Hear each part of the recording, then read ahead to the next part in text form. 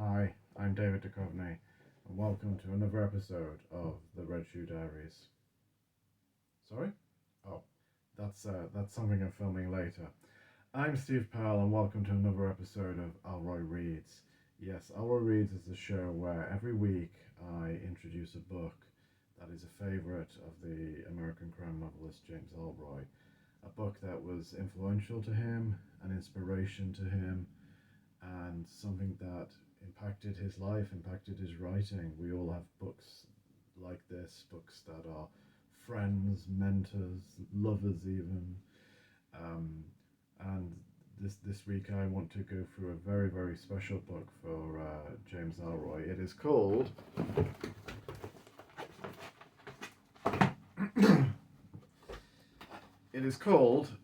Oh wait, no, this is Love Me Fierce in Danger, The Life of James Ellroy, published by Bloomsbury Academic and written by yours truly. But that's definitely a book you should check out. Now, this week's book is Portrait in Smoke by Bill S. Ballinger, a very special novel. Now, in our previous episodes, we've done novels. We started with Irving Wallace's The Fan Club, and then we followed that up with Compulsion by May 11. And those are masterpieces, frankly. They're controversial, stood the test of time, with the possible exception of The Fan Club, where the sexual politics were very troubling, but nevertheless, stylistically, it's certainly stood the test of time as a fine piece of writing. But those were kind of literary fiction mixed with crime fiction, whereas the Portrait in Smoke is pure, hard-boiled noir. And instead of being a kind of door-stopping 500 pages in length, it is 150 pages. It is short, tight, and nasty, and you can breeze through it in just a couple of sittings. So this is a nice little departure for us. Now, if the name Bill S. Ballinger doesn't mean much to you, that's probably no surprise. It's one of those sad stories of an absolutely fantastic writer who has fallen off the map. But Bill S. Ballinger was one of the most popular novelists of his day. He wrote 30 novels. They were bestsellers. They sold in the millions. They were highly successful in his native United States. They were also highly successful throughout Europe. He still has something of a following in Spain, where his work, his noir, has a certain surrealism, which I imagine is very popular with the Spanish reading public. And in addition to his work as a novelist, Ballinger was a prolific writer. He wrote and produced radio shows, such as the Dinah Shore Show. He wrote television shows. He wrote screenplays for movies. Some of them differed in quality. He wrote one called Operation CIA, which starred Burt Reynolds, and Burt Reynolds apparently said this film was so bad they played it on a plane and people were walking out. But nevertheless, screenwriters generally aren't regarded as being responsible for the quality of films in Hollywood because they have zero power. The best power you can have as a screenwriter is to always be commissioned work and to have that work actually produced into movies.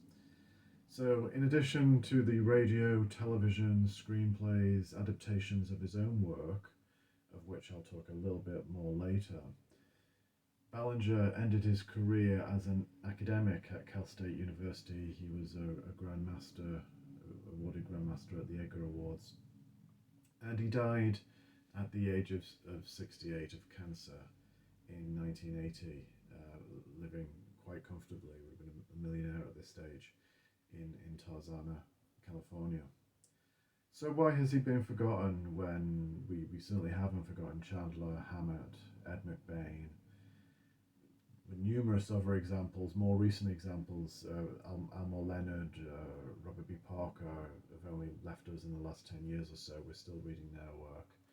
Well, we'll look into that. Ellroy still remembers him fondly, and in a piece for Newsweek, Ellroy named it as one of the 6 most influential novels, his 6 favourite novels, Portrait in Smoke, which was actually Ballinger's 3rd novel and his first standalone novel, because he'd first entered the scene with a couple of novels about a Secret Service agent. but standalone novels is where he thrived as a hard boiled writer.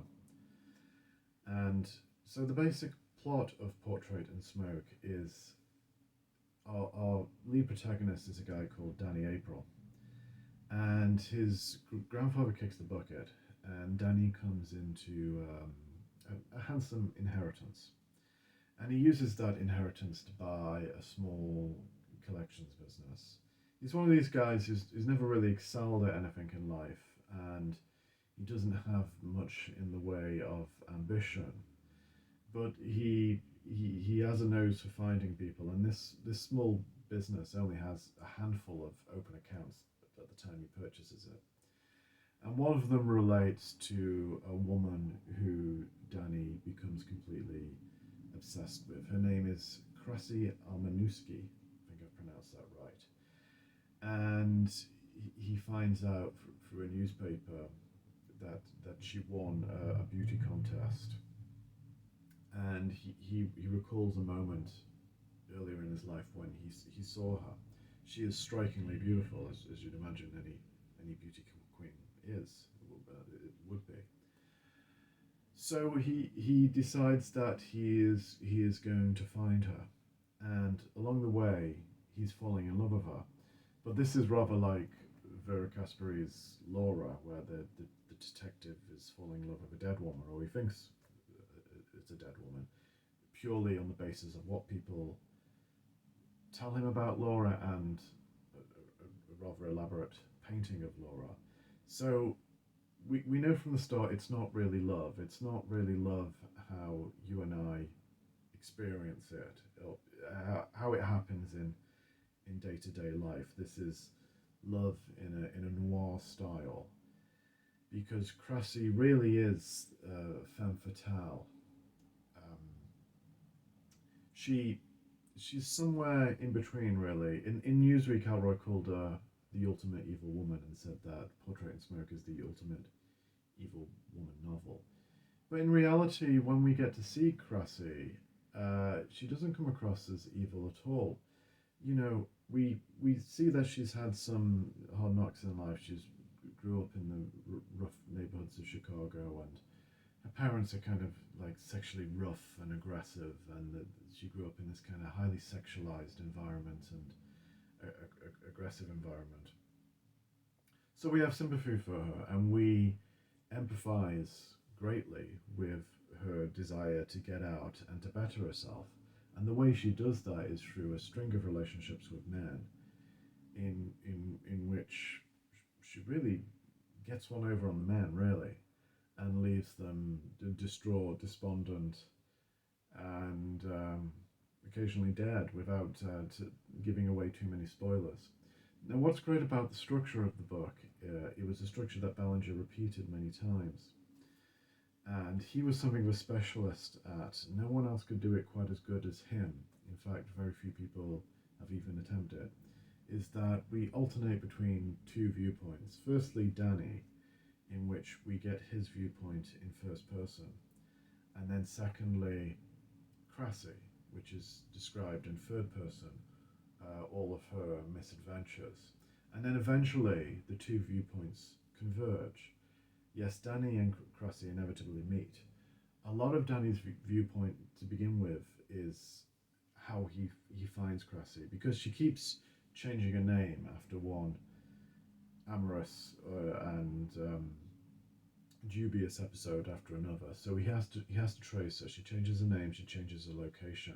She even changes her appearance. So a lot of him is chasing these leads. Now, I had a heck of a job finding people when I was writing James Ellroy's biography, Love Me First in Danger. A lot of people had fallen off the map. So a lot of this was kind of manna from heaven to me. Combing through electoral registers, marriage certificates, birth certificates, divorce certificates, property records, those sorts of things. When we live our lives, anything we do of any distinction, or of any importance, we tend to leave a paper trail. It's slightly easier when I was doing it, because obviously records are digitized now. Most of them are, but for Danny it's particularly hard, and a few times it's all down to luck or it's all down to the gods, because just right when he's on the brink of giving up, he suddenly gets a lucky break. It's talking to people and getting people to talk, being empathetic or seductive or manipulative or just clever with the way he talks to people. So it's rather thrilling for him to be tracing Cressy and to be hearing these stories about her. He's under no illusion from the things he's hearing about her that she's potentially a bad seed, and yet he keeps falling in love with her nonetheless. Then, after we hear Danny's tracking of her and the stories he's hearing, and then we actually, from the third person viewpoint of Cressy, we see what happens from an omniscient narrator, from an objective viewpoint, and we don't think of her as an evil woman. Like I said, she has to use her guile and her poise to get by in life. Sure, she's been around the block. She's a brassy girl. So in a sense, we're kind of falling in love with her, or we're thinking, "Hey, this is one hell of a woman." So I'm just going to read to you as an example the opening page, which is Danny's first person narration, and is a it gives you a very good taster of what this novel is about in terms of the depiction of women and really men's weakness, which is something Cressy learns about very quickly.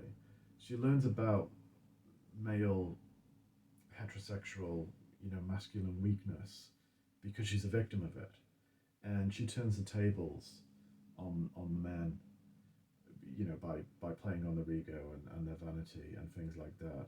But the book is very good at portraying this. So here's the first page. Chapter 1, Danny's viewpoint. If I shoot off my mouth to the wrong guy, I'm a goner. And besides, who'd believe me?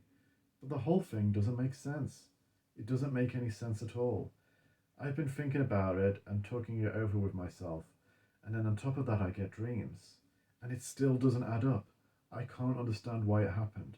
I go over the whole thing, step by step, and then after a while it gets hazy. It's like trying to paint a picture with a bucket full of smoke. At first the picture of Cressy starts out clear and distinct. Then the edges move a little and it starts to get fuzzy. Then all the lines overlap and the edges curl up and start forming crazy whirls and swirls, and you don't have a picture anymore. I try to make my mind and grab the lines and pull them back straight, but the lines are really smoke and they slip away. And then all I have is a hazy blue smoke which stretches all over the picture. That's the way it is, and maybe I'm making it up in my mind about the smoke part. I mean, because the day it started, it was a smoky, hazy Chicago day. Smoke from the factories sifts in and mixes with the damp lake air, and it lies in soggy grey felt blankets all over the city. Then the damp air turns into a fog, and the smoke mixes with it. And then the mixture hangs suspended and motionless, and everybody goes around saying, "Christ, what a day!" The smoke and fog cuts off the tops of the great big beautiful buildings down in the loop, but it doesn't touch the real Chicago. Not the dirty little 2- and 3-story buildings which straggle along as far as you can see, and the smoke doesn't make any difference to the stinking little shops with hand-drawn cardboard signs in their windows advertising bicycles repaired, men's clothing slightly used, 50% off, dresses cleaned while you wait, swap your old furniture here, or all the neon signs advertising billiards, taverns with beer on tap, girl shows, the most beautiful girls in town, hotel rooms, walk up 2 flights to the lobby. Sometimes the smoke hangs from rusty iron fire escapes, which stick out from the second stories over the streets. Their end step balances in the air, and when the signs are turned on, they throw crazy patterns and shadows on the patched sidewalks. The smoke covers a lot of things, but it doesn't cover it all. So the smoke covers Cressy in Danny's mind, and he falls in love with her from that kind of smoky, haze-inducing image. But even as the smoke begins to clear, his love is actually deepening. And he thinks he's different from all the other saps she's played along.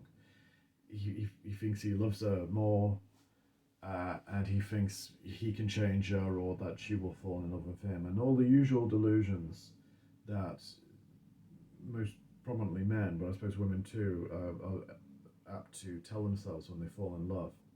So when the two viewpoints converge, needless to say, it gets a bit nasty, and there is a violent confrontation, and I'm not going to spoil it for you here because I want you to go out and read this book, Portrait in Smoke. And it's also very, very surprising. It's both plausible in terms of the characters, but it turns everything on its head quite neatly, and it's a really special book. The fact that it's so concise means it doesn't overstay its welcome. It's very powerful. I wish Ellroy still wrote books as short as this one. Apparently, just as Ballinger was made Grandmaster at the Egbers in the 1970s, when Ellroy was named Grandmaster a few years ago, he went along and he got chatting to Charles Ardai, who's the editor of Hard Case Crime. There's a little name drop for you, and they chatted about Bill Ballinger paperbacks and how much they both loved them. So he's still an influence. He's still a tremendous writer. Very little really is known about his biography in terms of outside of his prodigious output in all manner of mediums. He was not like Ellroy in terms of, he never wrote a memoir, he was never advertising his private life. So there isn't a full length biography, and the biographical sketches out there are quite tenuous. It's hard to discern much information from them. But Portrait in Smoke was adapted into film as Wicked as They Come, which I saw years ago and quite liked. And then I rewatched it recently after a rereading of Portrait in Smoke, and I thought it was an absolute mess. First of all, it's a British production, so the story starts in New York and then hops over the Atlantic to London. And you have if you're British, this will make you laugh. You have Crassy's father is played by Sid James, and Sid James doing a New York accent is it has to be seen to be believed. He doesn't sound like he's from New York, New York by way of Johannesburg perhaps, but Arlene Dahl plays the character based on Crassy, and it's not bad. It's actually just a straightforward melodrama. So instead of the alternating viewpoints, you really don't have a Danny character at all. There is kind of one kind of gadfly character who understands Crassy in the film a bit better than everybody else because he's kind of like her, which is similar to Danny in the book. Instead of going back and between the two viewpoints, you just continually with Crassy, and as she jumps from one man to another, and Arlene Dahl is very sexy. She's a very capable performer, and she's doing her best with the material. And again, you sympathise with her at the same time, smirking at the naughtiness of the whole thing. And then the ending is just again another mess. They change everything. They try to make it reasonably similar to the book, but it really isn't. It just doesn't make a whit of sense. So I fell out of love a little bit with the film on my second viewing. I believe Ellroy's more of a fan of it. He may have introduced it at his Denver film screening he did a few years ago. It was back in 2018 where he introduced a range of his favourite film noirs. It was a monthly screening, and you can find the full list of all the films he introduced online. So to sum up, Portrait in Smoke by Bill Ballinger is an absolutely wonderful book. It's so concise, not a comma is wasted, and it shocks you, it surprises you, it always entertains you. It's not particularly violent in the traditional sense until the end, but there's a lot of emotional violence going on. There's a lot of violence between the sexes, which is presented in a very incisive and cutting way by Ballinger. Um, and a little factoid for you, because you indulged my little joke about the Red Shoe Diaries at the beginning of this recording, because you can take the boy out of the 90s, but you can't take the 90s out of the boy. David Duchovny was once slated, Red Shoes Diaries presenter David Duchovny was once slated to play James Ellroy in an adaptation of My Dark Places. It was the same adaptation, it never got made, that Dana Delaney, who Ellroy proposed to. If you want to know the story of their relationship, read Love Me Facing Danger, The Life of James Ellroy, by yours truly. Dana Delaney was slated to play his mother, which David Duchovny, Dana Delaney, that would have been, nicely alliterative, and it would have been very, very 90s indeed. But it didn't get made, so it's now in the great pile of would-be what-if projects in the sky. Anyway, back to Portrait on Smoke. There have been some reissues recently. This one, which is a nice and short book, is actually a double book with The Longest Second, which is another one of his best. This one was reissued by Stockhouse Press around the time of Ballinger's centenary. So there's been a moderate comeback in terms of his reputation. His reputation has remained in the ascendant, even though his sales, is mostly out of print, apart from these one or two reissues, which you can pick up very cheaply on the internet. I hope you enjoy them, and I hope you join me for the next episode of Ellroy Reads. Okay, goodbye for now.